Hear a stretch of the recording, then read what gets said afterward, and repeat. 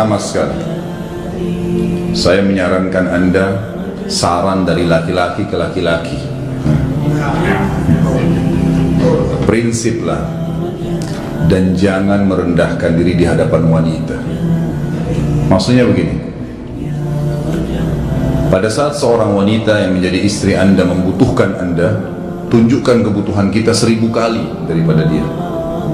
Dia sayang, dia perhatikan, dia siap berkorban. Kita harus 1000 kali lebih hebat daripada itu. Laki-laki memang penaung. Tapi kapan dibalik?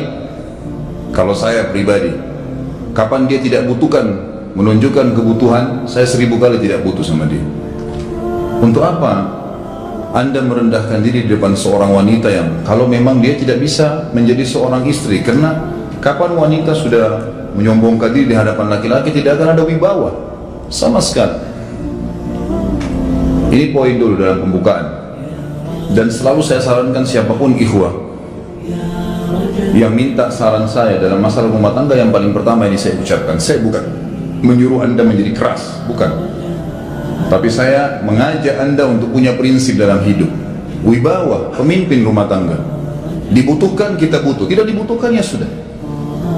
Masih banyak gantinya. Dia mau ganti laki-laki lain, silahkan. Ahlan wa sahlan, silahkan. Allah akan gantikan penggantinya yang lebih baik. Dan itu harus bisa kita punya prinsip. Memang begitu. Kalau ini kita terapkan dalam kehidupan kita, kita akan sangat mudah hidup.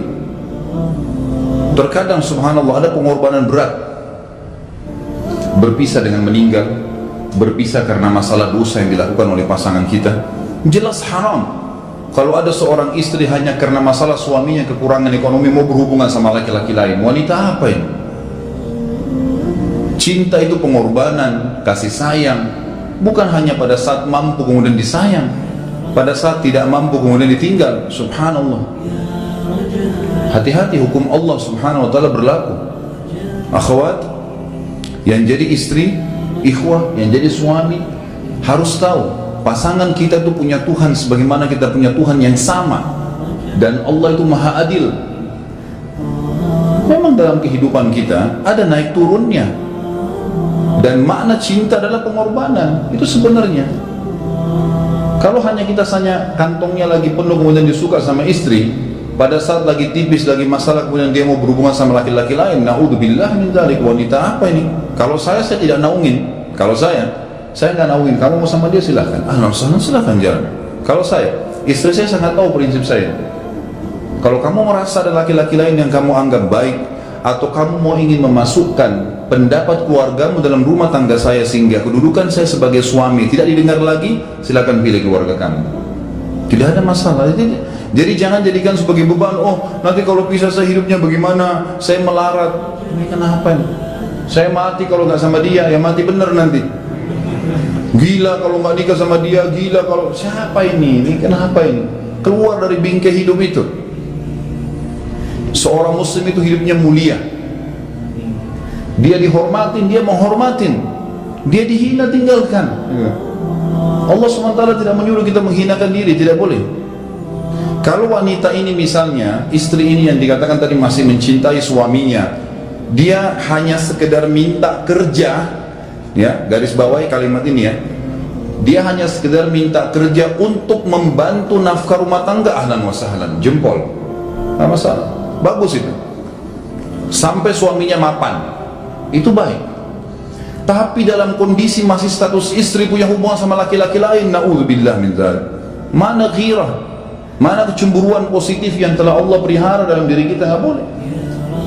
Pada saat seorang sahabat pulang ke rumahnya mendapatkan istrinya selingkuh dengan laki-laki lain, tidak disebutkan apakah berhubungan biologis atau tidak, tapi yang jelas sahabat ini sampai kaget, masuk ke rumahnya temukan ada laki-laki lain.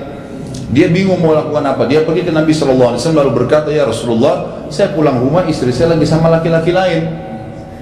Maksudnya dia pandu saya harus buat apa nih? Apa yang terjadi?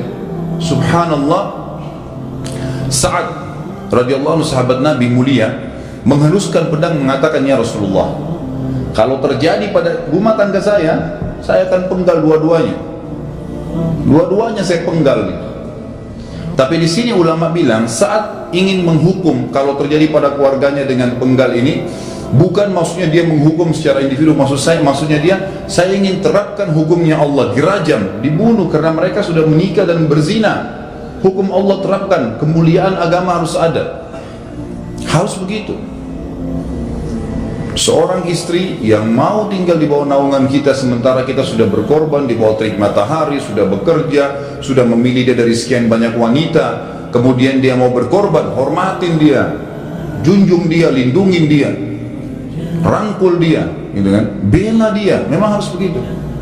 Tapi kalau masih dalam naungan, kemudian sedikit himpit masalah ekonomi lalu berhubungan sama laki-laki lain, naudzubillah, jangan dipertahankan, berbahaya sekali, gitu kan. Jangan Anda menjadi laki-laki lemah, gitu.